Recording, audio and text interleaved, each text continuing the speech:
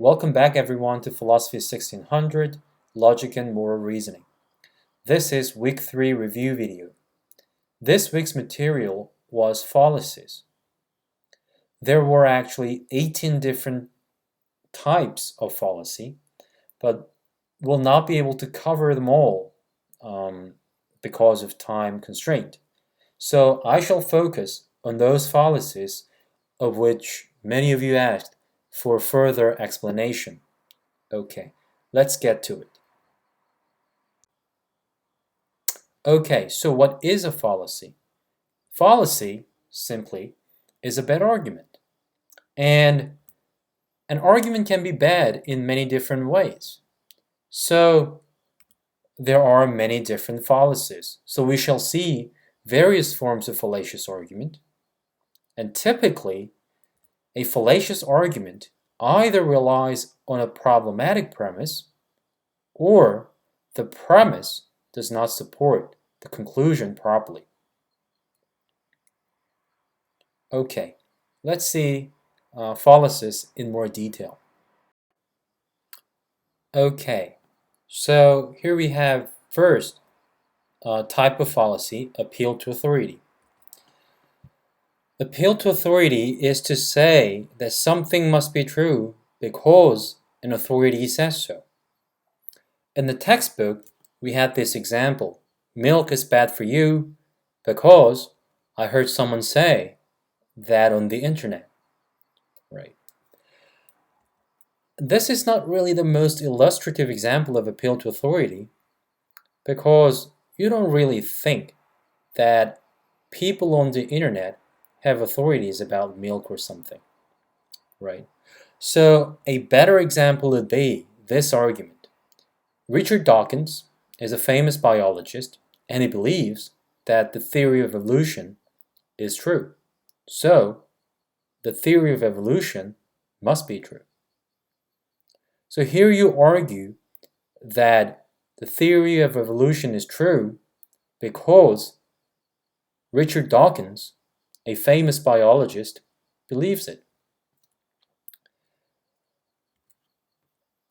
So here you have a clear example of appeal to authority, and the reason why this is an appeal to authority, an instance of appeal to authority, is that the only reason given for the conclusion is that an authority, namely Richard Dawkins, says so. Okay. Now, there is one little subtlety concerning appeal to authority. Some of you asked, hey, does it mean that we can dismiss any argument referring to an authority's opinion as fallacious? And the simple answer is no. It's really important to note that this fallacy should not be used to dismiss the claims of experts or scientific consensus. You should definitely respect the opinions of experts. The point of appeal to authority is rather that you should not argue that something is true merely on the basis of the fact that it's believed by many experts. Okay?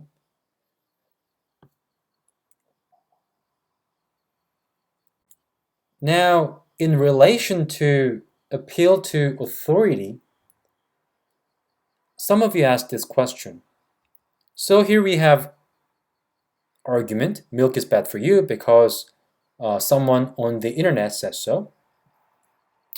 And you asked, hey, why is this not an appeal to popularity? Okay. Notice that an argument is committing the fallacy of appeal to popularity when it claims something must be true because many people believe it. Okay, so there's difference.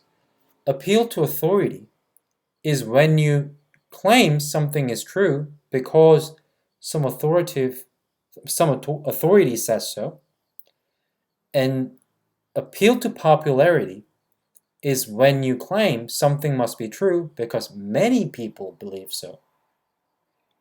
Okay. Now the question is, where in the above argument does the arguer say that it's believed by many people that milk is bad? It said someone on the internet say that milk is bad, but does that mean many people believe that milk is bad? So you should properly distinguish some people think X from many people think X. Okay?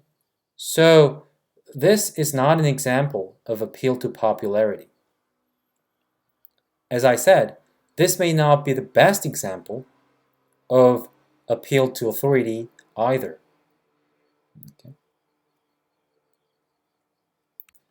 Okay, third type of fallacy, ad hominem. So ad hominem is to attack your opponent's character, personal traits, or situations in an attempt to undermine your opponent's argument. Okay, here's an argument. Sally claimed that we need a more equitable taxation system, but it must be false. We should remember that she's not married. Clearly here, you're attacking Sally's personal situation, namely she's not married. But that's totally irrelevant to what she's claiming. But you should also note that it could sometimes be legitimate to take your opponent's character, traits, or situation into account. So here's an example. Jack said that my boyfriend is cheating on me, but that's likely to be false because every time he said such a thing in the past, it was always a lie. Okay. So the fact that Jack has lied multiple times on this very issue is certainly relevant to whether we should believe him on this occasion or not. So in this situation, you should, of course, take your opponent's character, namely Jack in this case, into account in assessing his claim. So again, in many cases, you have to use your intuitive understanding of any given argument to determine whether it's appropriate to consider your opponent's character in a given situation. Okay. Let's turn to tu quoque. So, as noted in the textbook, this is a form of ad hominem, the specific instance of ad hominem. So here's an example. You're saying that one ought not leave one's bags unattended in the airport, but I saw you did a few days ago. So here, you're not directly attacking the opponent's claim, but rather pointing out that the opponent just did what he or she claims should not be done. So, oh, you're claiming X should not happen, but you just did X yesterday. Okay, that's tu quoque. And it's a specific instance of ad hominem. Okay. Subjectivism. This is one of the fallacies that got really many questions. Okay. Subjectivism is a fallacy of basing your claim on your feeling or thought. So here's an example. Jack must be cheating on me. I can feel it. Right. Or I can feel that he was with someone else the other night. So you're basing your claim upon your feeling. Okay? And that's the characteristic feature of subjectivism.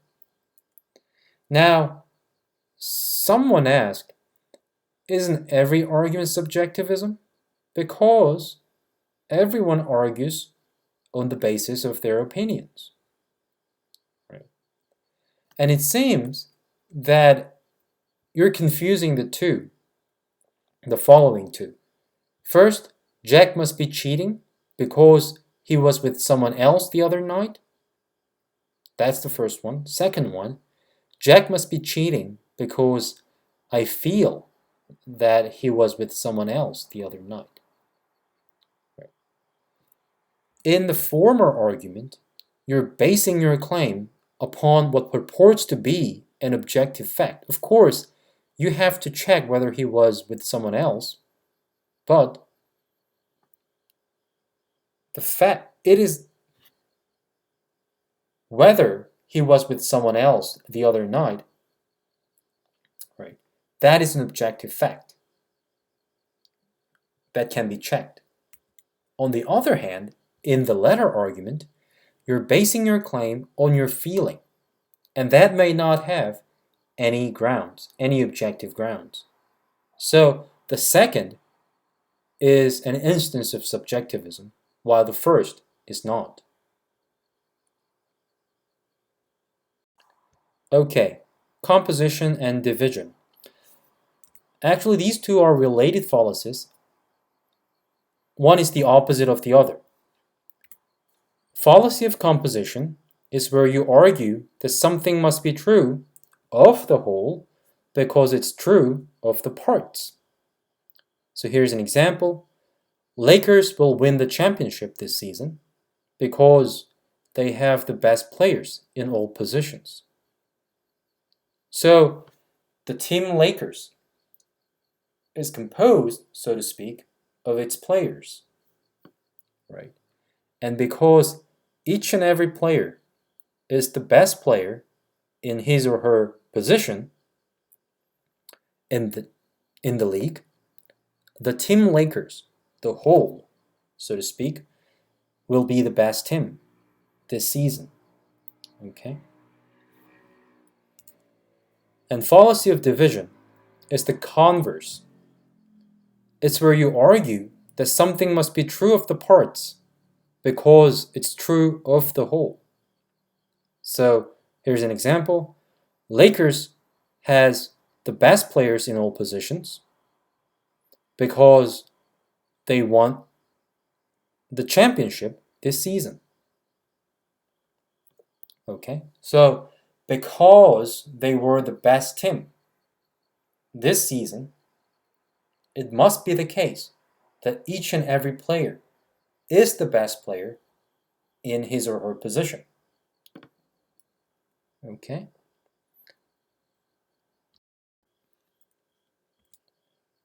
The reason why these arguments are fallacious is that the whole might have a property that each part lacks. Okay? So, in other words, just because the whole has a certain property, it doesn't necessarily follow that each part share that property, and vice versa. In other words, just because each part has a certain property, it doesn't necessarily follow that the whole also have that property. Okay? So the fact that a basketball team fill their rosters with MVPs, so to speak, doesn't mean that they are the best team in the league. Well, why? Because they might have a terrible teamwork, right? And also, the fact that a basketball team is the strongest in the league doesn't necessarily mean that every player of the team is the best in the position, right? You can have like a third best player in the league and still be the strongest team in the league, right? So that's the reason why these two arguments are fallacious. But of course, you should note that there are cases where the whole must have a certain property when each part has that property. So for instance, everything in this book is true, because every sentence in the book is correct. Well, surely, if every sentence in the book is true or correct, everything in the book must be true. Right? So this is not a fallacy of composition, because this is a case where if every part has a certain property, the whole must also have that property. Sometimes that's the case, right? As you can see in this example. What's the problem with this argument, though?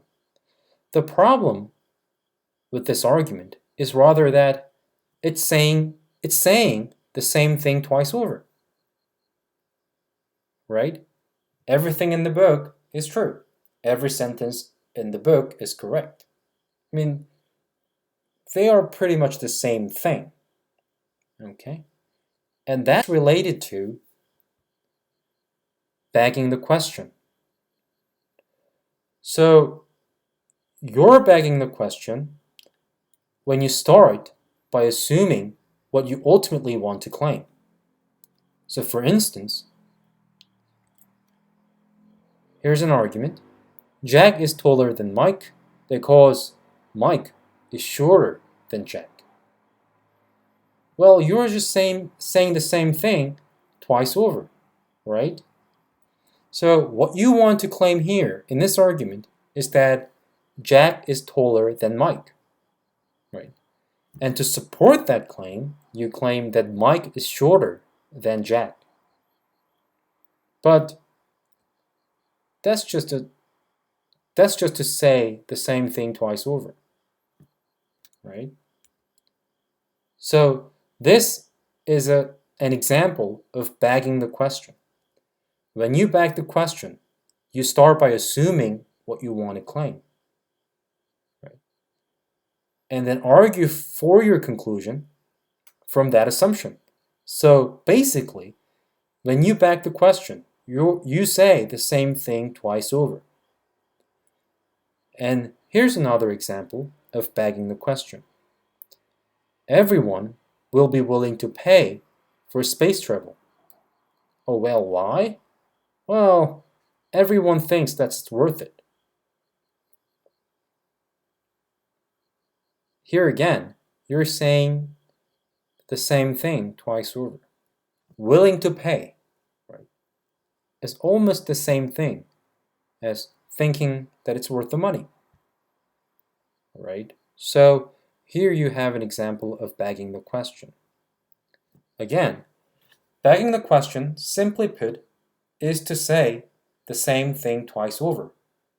Once as a reason, and then once again as the conclusion of your argument. Okay? And that's the characteristic feature of bagging the question. Okay, let's turn to equivocation. The fallacy of equivocation is where you're using a word in two different meanings. So for a rather silly example, you need to go to a bank to deposit the check, and you can always find banks near a river. So you should find a river to deposit your check. I mean, there's an obvious confusion between riverbank and money bank. Okay? So here you have an example of equivocation, using the word bank in two different meanings, okay, and somehow connecting them in an argument. But that's a confusion. Okay? I said this is a rather silly example, and that's because equivocation can be very subtle in real-life situations. And it actually requires, oftentimes, a lot of thinking to actually show that someone is committing equivocation fallacy. So this fallacy can be a very subtle one. Okay, let's turn to appeal to ignorance. So some of you asked, how appeal to ignorance differs from false alternatives. I'm not sure what's the reason for thinking that appeal to ignorance is somehow similar to false alternatives. But I reckon that the use of the word alternative in the exposition of appeal to ignorance in the textbook might have led you astray. So just forget about that word. Okay? So you commit appeal to ignorance when you say that your claim is true because no one disproved it yet. So here's an example. Lakers is the best team in the league because we have no reason to think otherwise. So because no one has shown that the Lakers is not the best team in the league, Lakers is the best team. Okay? And if you think about it, it's obvious that it's somehow wrong, right? Now, false alternatives. So false alternatives is where you force a choice between some options, when actually there are more options. So here you have an example. Either you kill the economy or you reduce the tax for rich people. Right. I mean, it's kind of obvious that there are some middle ways, but the argument somehow just ignores all those possibilities and forces you to choose between these two options. Right? So this is an example of false alternatives. And some of you asked how this is different from slippery slope. So in false alternatives, you're forced to choose between, say, A and B. And there could be more, but let's simplify it. Just two options. In slippery slope, you're told that if you do A, then you will also do B, and if you do B, then you will also do C, etc., etc. Right. And so there are certain similarities between these two, and you can bring that out this way. So here you have two arguments. First, either you kill the economy or you reduce tax for rich people. Okay, that's first argument. Clearly an example of false alternative.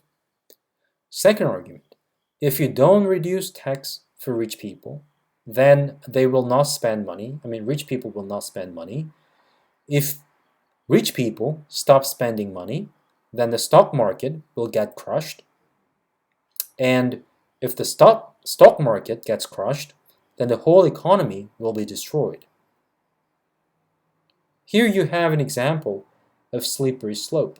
So if you do this, then you'll do that. If you do that, you will do yet another thing, and so on, to a bad conclusion. Right. So you can definitely see some similarity. Right? You can summarize both arguments this way. You should reduce the tax for the rich because otherwise you'll kill the economy. Right? So that's the upshot, or a brief summary of both arguments. And somehow the argument is very similar in this way. However, these two arguments are different in that the former, namely the first argument, simply forces you to choose between some options, while the latter describes how it would lead to the destruction of the economy if we do not reduce the tax for the rich. Okay, so having a visual image could be helpful, right? In the false alternatives, you have forks. Right? In slippery slope, you're going downhill. Okay, so that's the difference between false alternative and slippery slope. Okay. Let's turn to hasty generalization. So, you were right that hasty generalization is a bad inductive argument. Okay. So, you commit the fallacy of hasty generalization if you make a general conclusion from rather small sample. Okay. And some of you asked, hey, how can I tell of a given argument whether this is a hasty generalization or not? And again, there is no clear cutoff as to what's too small and what's too large, right? And what's just proper. So you have to rely on your intuitive understanding of the argument, and you have to use your intuitive judgment. Okay, so that's it for today. So please work on your homework assignment on Baruch Logic website, and please send me an email if you have any further questions concerning these fallacies, concerning homework assignments, or anything else. Okay, thank you everyone for listening or watching, and I'll see you in the next video. Thank you.